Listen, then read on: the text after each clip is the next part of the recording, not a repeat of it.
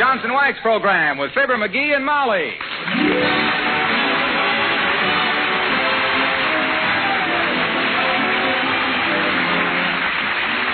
The makers of Johnson Wax products for home and industry present Fibber McGee and Molly, written by Don Quinn and Phil Leslie, with music by the King's Men and Billy Mills Orchestra.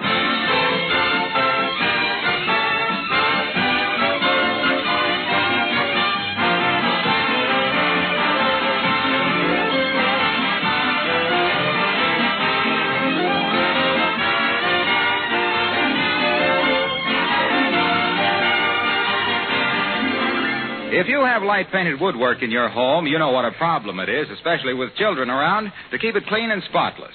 If you wash or scrub it too much, you're apt to injure the finish. What's the answer? An easy one. Johnson's Cream Wax, the wax polish designed especially for furniture and woodwork. This remarkable wax is creamy white, easy to use, needs very little rubbing, and it cleans as it polishes. It actually contains several cleansing ingredients so that fingerprints and smudges disappear like magic. That's not an exaggeration, as you'll realize the very first time you try Johnson's Cream Wax. This polish is perfect for enameled surfaces like your refrigerator, for kitchen tables and woodwork, for your dining room table and sideboard, for chairs, beds, and ornaments. Johnson's Cream Wax leaves a wax film for protection. It gives a lustrous, soft, beautiful polish. Even if you already use the Johnson's paste or liquid wax, try a bottle of the white Johnson's Cream Wax on your furniture, light-painted woodwork, and icebox. You'll like it.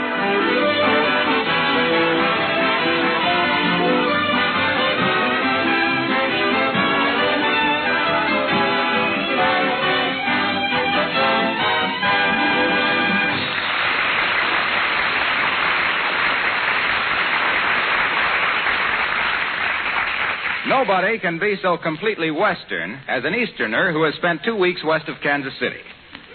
Particularly if he is slightly bow-legged to start with.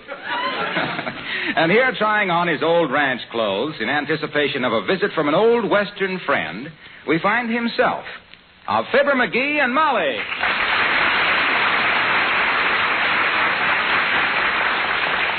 Oh, boy, I sure got gypped when I bought this 10-gallon hat. Why did you? That's an awful lot of helmet for $3.98. Yeah, but I held it under the bathtub faucet, and you know what? What? It don't hold more than 6 quarts. Well, out west, the water goes so much further. Yeah, I hadn't thought of that. Hey, how do these blue jeans look? They feel like they've shrunk a little. Well, they do look a little tight, dearie, particularly around the... that reminds me. Will a nice ham be all right for dinner tonight? Sure. Wonderful. Old Ollie will love it. Incidentally, would you mind telling me once more just who this Ollie is that's bringing us a breath of the great open spaces? Ollie Oopdyke? Oh, you've heard me speak of Ollie Oopdyke. Oh? I and him were in the Army together in the last war. The big war. Where does he live now? Out in California someplace. Big cattleman. Good thing I spent a lot of time out there. Be able to hunker down and palaver some real cow talk with him. Ought to have a swell evening. You'll sure have a ripping time if you hunker down in them tight britches. Shucks, gal, fine clothes and city talk don't cut no cactus when real men folks sit around the campfire. Besides, Ollie'll have to do most of the talking, I reckon. How come, partner? I can't talk myself. Breeches are so tight I can't get my breath. Better run upstairs and get into my chaps instead, I reckon. Well, take it easy in those high-heeled boots, McGee. You even wobble when you stand still. Well, I haven't had them on for several years. They say once you get used to them, you'll never wear anything else. Well, you'd get a nice suntan that way. I mean on your feet. Oh. Well, personally... Hello, Mrs. McGee, Mr. McGee. Hello, Alice. Howdy, Miss Alice. Come in and set a spell, ma'am. I just... Huh? Rope yourself a bar stool and name your pison, gal. How about a slug of root beer? Offer you a chaser, too, but we don't cotton to chasers in this valley. No, thank you. I don't believe but what... I mean... Oh, relax, Alice. He's just getting in the mood to greet an old pal of his from the West. Oh.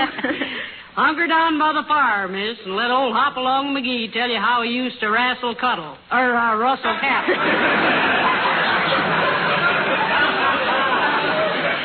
Gee, were you really a cowboy once, Mr. McGee? Sure was, Miss Alice. I was top wrangler for the old bar nothing spread out in Blue Diamond, Nevada. Spent years out there trying to find a bull that was 9 foot from horn to tail. Already had me a cow critter that was 10 foot from horn to tail. Well, what did you want such big cattle for? He was trying to get a long little doggy. Never forget the time I was chasing a couple of mavericks through a dry wash one day. What's a maverick, Mr. McGee? Well, he didn't know. He was trying to catch one to find out. A maverick is an unbranded cow. Know what a brand is, Miss Alice? Sure do, partner. But I don't pay much mind to brands nowadays. Smoke any kind I can get. Well, smoking was no problem out there, Alice. Always had a couple of butts on their guns. Well, sir. There I was, a yippee-ki-ying through this here dry wash. What's a dry wash, Mr. McGee? That's a riverbed without no water into it, Miss Alice. Well, what is it when it has water in it? A wet wash. Well, sir, there I was, sky-hooting along, when all of a sudden the big grizzly bar riz up out of a cactus bush. You mean Rose. No, cactus. Well, sir, my horse give a snort, sun fished twice, swapped ends, and there I was, a-sailing through the air. Landed plumb onto the back of that there grizzly bear. Well, dehorn my Buick. Never knowed you was a bareback rider, partner. Never knowed it myself till then, Ma. Well, sir, I clumped my spurs into his withers, slapped him across the face with my sombrero, and broke him for riding right then and there. Turned out to be the only 5-gated grizzly bear in the whole world. Jeepers, what became of him, Mr. McGee? Had to turn him loose, Miss Alice. Oh? Couldn't find us a blacksmith that could make shoes with toes on them. Excuse me, ma'am, you dropped your handkerchief. Allow me. Well, you might have had a nice seat on that bar, partner, but you're a little vice versa right now. Excuse me, gals, while I go up and change my pants.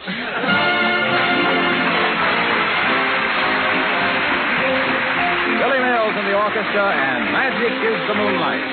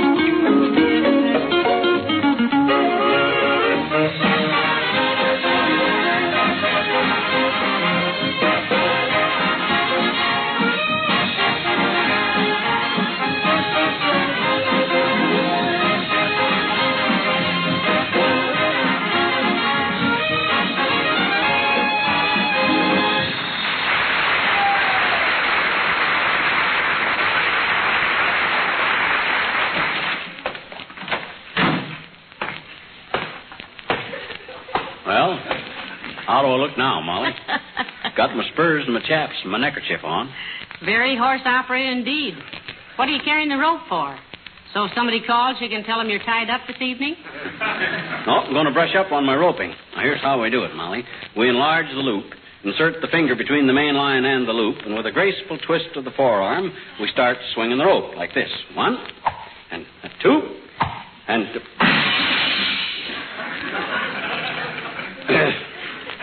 Too big a loop. Wonder how bad that window is broke. I'll take a look. Now, if you tell me it's worse than you thought because it's broken on both sides, I'll scream. Shucks, gal, you ruined my joke. Oh, well, 'twarn't much of a joke. Nope. Reckon 'twarn't. 'Twarn't. Nope. Well, seeing I can't twirl a rope in here, might as well try seeing how fast I can draw my shooting irons. They bean't loaded, be they, Paul? My hide starts a-twitching at the sight of shooting iron. No, don't get skittish, Ma. Just want to try practicing drawing a bead on something. Now, if a outlaw, or a in-law, should come a-busting through that door there, I'd have... Oh, folks, Hey, take that gun out of my face. Oh, hello, Mr. Wilcox. Howdy, son. Hobble your bronc and lie down a spell. How's that again, pal? You heard Pa, didn't you? Say it, stranger. Oh, thanks. What goes on, kids? Why is old Wild Bill McGee all dressed up in the cowpoke costume? Expecting a friend of mine from out west, son. Big stock man. We aim to make him feel at home. Not a bad aim either, partner, if you can hold her steady. Ain't one to ask personal questions, son, but your face is sure familiar. What outfit you ride for? Well, I've been mending fences for the old G-Bar C spread, Pappy. Mm-hmm. City folks call it the GLO-COAT outfit. Well, say, I've heard of them, Pa. Right nice folk. Where are you located, son? T'other side of the ridge must be? Yep. East side of Racine Gulch, just above Johnson's Canyon, in the Linoleum Mountains. Mighty sightly country, they tell me. I hear there's quite a passel of mountain lions around them parts, son. Sure is, ma'am. Mountains lying all around us. Don't twist Ma's words, stranger. Sorry, ma'am. Look, son, I don't aim to be nosy, but what you got in them there saddlebags? Little gift, ma'am. Here. Compliments of the old G-Bar C. Well, thank you, son. Hair oil, ain't it? No, ma'am. Glow coat for the linoleum. What's linoleum? Well, it's a kind of a carpet made out of cork and stuff. Easterners use it to cover the cookhouse floor with. Well, brand me for a stray. What'll they think of next? Paul, you got to take the buckboard into town and get me some of that there, what was that stuff again, son? Linoleum, ma'am. Makes a right smart floor covering for places that's liable to get spilled on and foot tracked. This here Johnson's glow coat on it saves a heap of house cleaning. What you trying to do, stranger? Break up my home? House cleaning is what I married her for. Now, Paul, remember what you says when I give up school, mammon.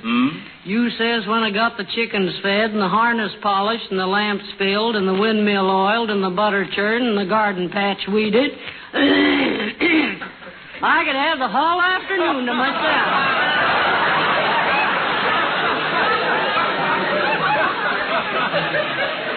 Don't you remember, Paul? Why, sure, Ma, but I didn't figure on this dude coming along to fill up your time with Eastern, Falderall. I've been dreaming for years about having a mighty spare time. Like to try some of that there coldy cream on my face. Like it says in the catalog. How does this here gloaty coat work, son? Well, you just pour it out, ma'am, spread it around, and wait for 20 minutes or less. 20 minutes, huh? That's about time it takes the shadow of the spring house to creep past the haystack, Ma. I always boil an egg myself. Huh? When it gets hard enough to bounce, it's 18 minutes. You know, Pa, if and the price of beef stays up, you ought to get us a clock. That calendar keeps time awful loose. Well, anyway, ma'am, when this here glow coat dries, your linoleum will have itself a glitter like a catamount's eyeball. Well, we sure do thank you kindly for it, stranger. Sure you won't stay for chow, son. It's just buffalo hump and soda biscuits.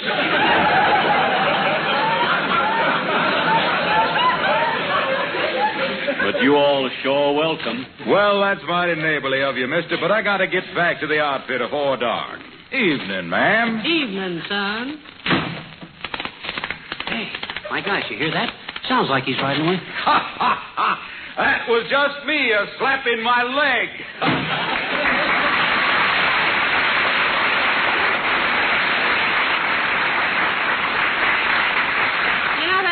like about Mr. Wilcox, he always enters into the spirit of things, doesn't he? He always enters. I'll go that far. Say, look, dearie, there's something I've wanted to tell you ever since you came downstairs with those chaps on. Don't you? Hey, what do you suppose is delaying old Ollie Oopdyke? Gee whiz, he ought to have been here by now. Well, what time does the train from San Francisco get in? Well, as the guy says when he put the cigarette into the long holder, let's be frank. I don't know. You better call up and find out. But about those chaps... Hand me the phone. Here. Thanks. Hello, operator. Give me the Union Station. Yeah, the Inn for the Love of Mike. Is that you, Mert? Oh, dear. How's every little thing, Mert? Is, eh? What's say, Mert? Your brother? Oh, well, that's great. First man to reach the Rhine, eh? Oh, isn't that wonderful? How long's he been in the Army? He isn't in the Army. He was in a watermelon eating contest.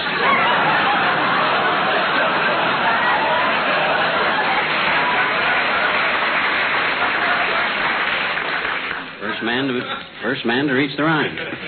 What's say, Mert? Oh, busy, eh? Okay, Mert. Thanks anyway.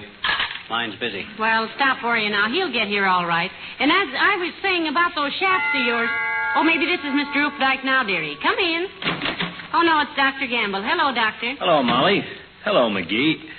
Well, pull up my pant leg and hog-tie my calf. If that's supposed to be a riding habit you've got on, Buster, I'd try and break myself of it if I were you.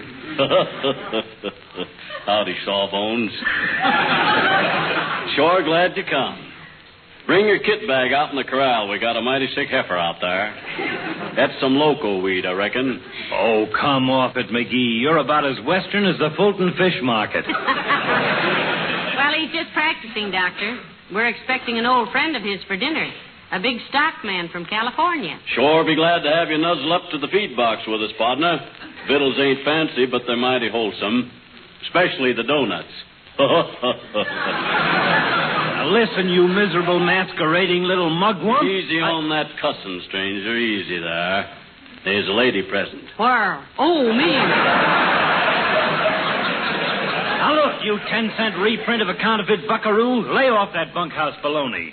You're about as much at home on the range as a celluloid frying pan. Old Sidewinder's got the gift of gab, ain't he, Ma? He sure has, Paul. Spent much time in the cattle country, Doc? No, but I've heard more bull right here than you could pasture between South Bend and Sacramento. Where did little wagon tongue here get so full of tumbleweed? Reckon I never told you, partner. Used to train mules for the Army out in Wyoming. That was a silly aspiration, if ever I heard it.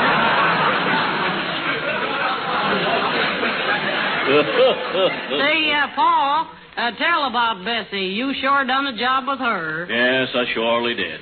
Had we one mule, I trained for the Signal Corps, Sawbones. Name of Bessie. Bessie, yeah. Taught her to wigwag with her big, long ears. Used to send her up to the front lines and let her graze. Watched her ears through a pair of barnacles. You mean binoculars, dopey? I always thought binoculars is what they kept a compass inside of. No, that's a binnacle. Don't give us none of that sheep dip, stranger. Everybody knows a binnacle is a high peak. Like the fella says, reaching the pinnacle of fame and such like. That word is pinnacle. You sure, Doc? Thought pinnacle was a card game.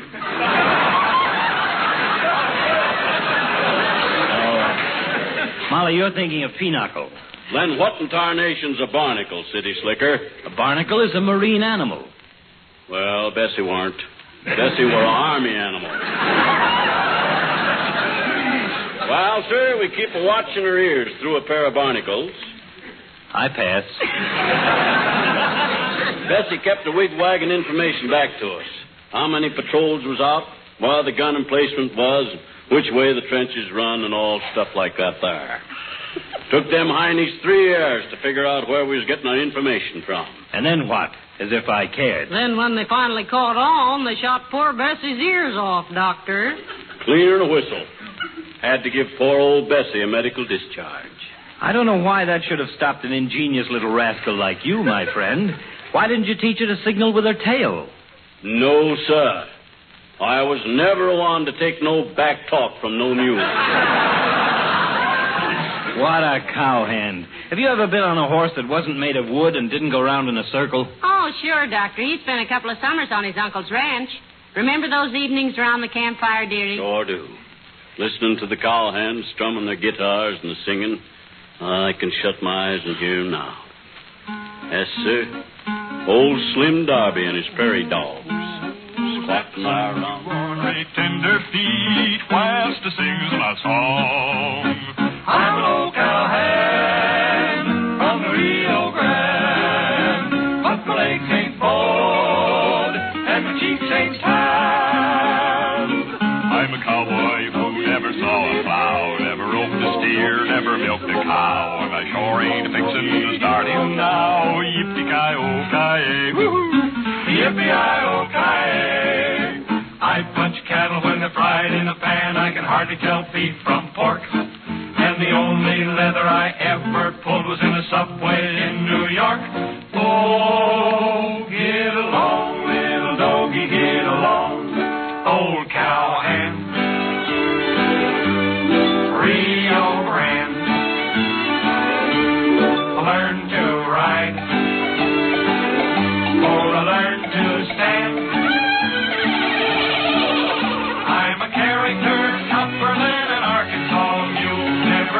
On the draw, never lost a mule, and the horse I ride is a drugstore stool. I'm an old cowhand from the Rio Grande, and I love the plain and the desert side.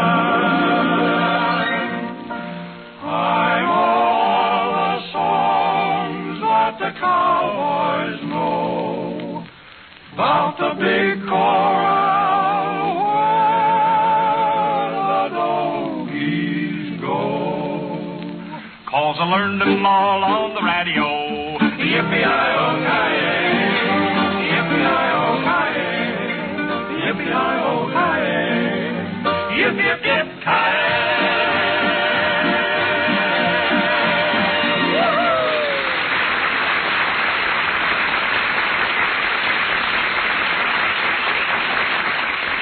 That's so old Slim Darby and his prairie dogs.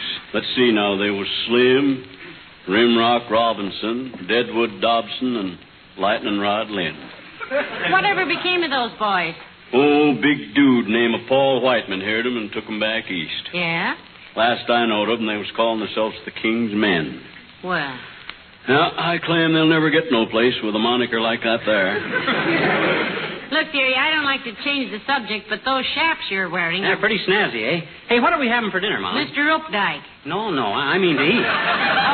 Well, ham and sweet potatoes and hot biscuits, lemon meringue pie. How about some maple syrup on the biscuits? As I remembered, old Ollie used to go for biscuits and syrup. Well, I'll ask Beulah if we have some maple syrup. Oh, Beulah! Beulah! Somebody bowl for Beulah?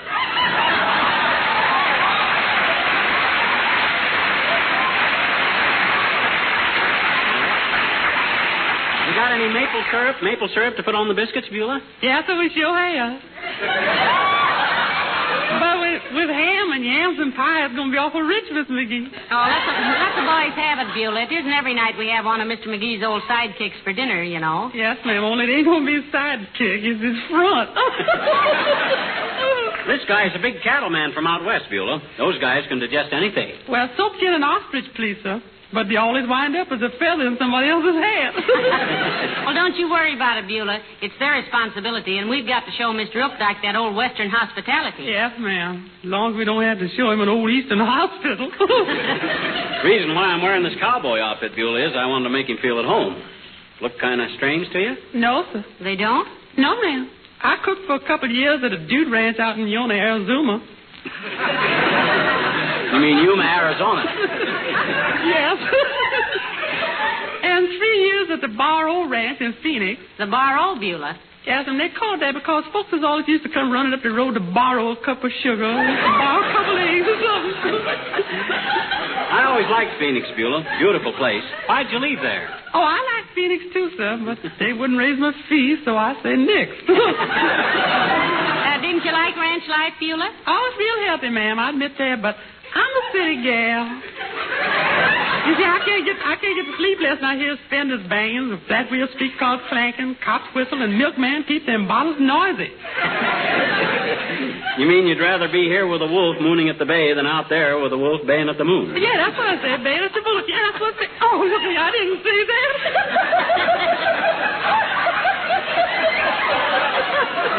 I love that man.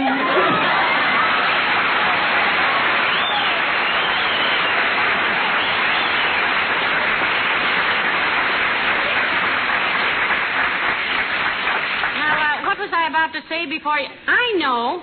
Those chaps you're wearing, McGee, will you please... Well, what's the matter with them? Gee whiz, I had them made by one of the best Western outfits in Trenton, New Jersey. And they told me when this... My goodness, I wonder who this could be. Come in. Well, what is it? What do you want?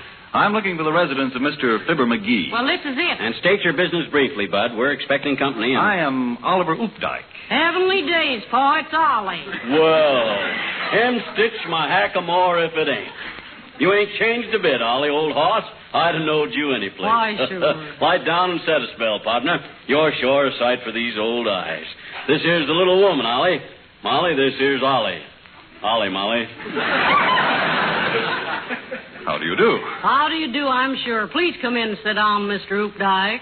Hunker up to the fire there, Ollie. Old Longhorn been hankering for some real old corral talk. How many head of beef you running now? How's the grazing? Any trouble with nesters? Nesters? Homesteaders, partner. Always muddying up the water holes. And a sight too handy with a running iron, Ollie. How big a trail herd you run this year? Trail herd? You mean cattle, McGee? Why, I have nothing to do with cattle. What?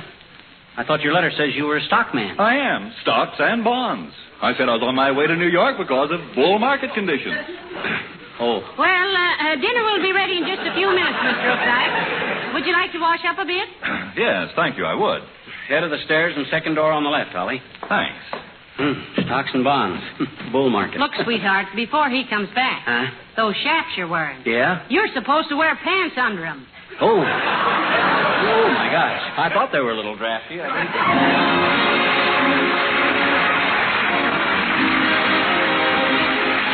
If you're ever in doubt about the kind of polish to use on your linoleum surfaces, let me read you a paragraph I noticed yesterday in a recent issue of a Home Economics magazine. It's from an article on the care of floors and reads as follows. Never use shellac, lacquer, or varnish on smooth surface floor coverings. These will cause discoloration, and under foot pressure, the finish will break down and form unsightly ridges, which grow worse with each new coat. All experts agree that Johnson's Glow Coat is the ideal kind of polish for all linoleum. It's recommended by the linoleum manufacturers themselves. Glow Coat gives protection against dirt, wear, and moisture, adds greatly to the life of the linoleum, keeps it new and fresh-looking indefinitely. And Glow Coat saves you lots of work. First, because it's self-polishing and needs no rubbing and buffing. And second, because spilled things are wiped up in a jiffy. From floors protected with Johnson's self-polishing Glow Coat. Folks, about this time of year, everybody's handing out awards for this and that, medals and ribbons and Oscars. Tonight, we'd like to hand out one of our own. This is the first, last, and only Fibber McGee and Molly annual award for services far beyond the call of duty. And the citation reads, to America's #1 soldier in grease paint, to the one-man vaudeville circuit, who has brought honor to the radio industry and glory to himself for the untiring work he has done and is doing, to entertain our servicemen in camps and hospitals all over the world without regard to his own health, comfort, or safety. Ladies and gentlemen, our hearty admiration and respect to the lad you'll hear in just a minute, Bob Hope. Good night. Good night, all. This is Harlow Wilcox speaking for the makers of Johnson Wax Finishes for Home and Industry, inviting you all to be with us again next Tuesday night. Good night. This is the National Broadcasting Company.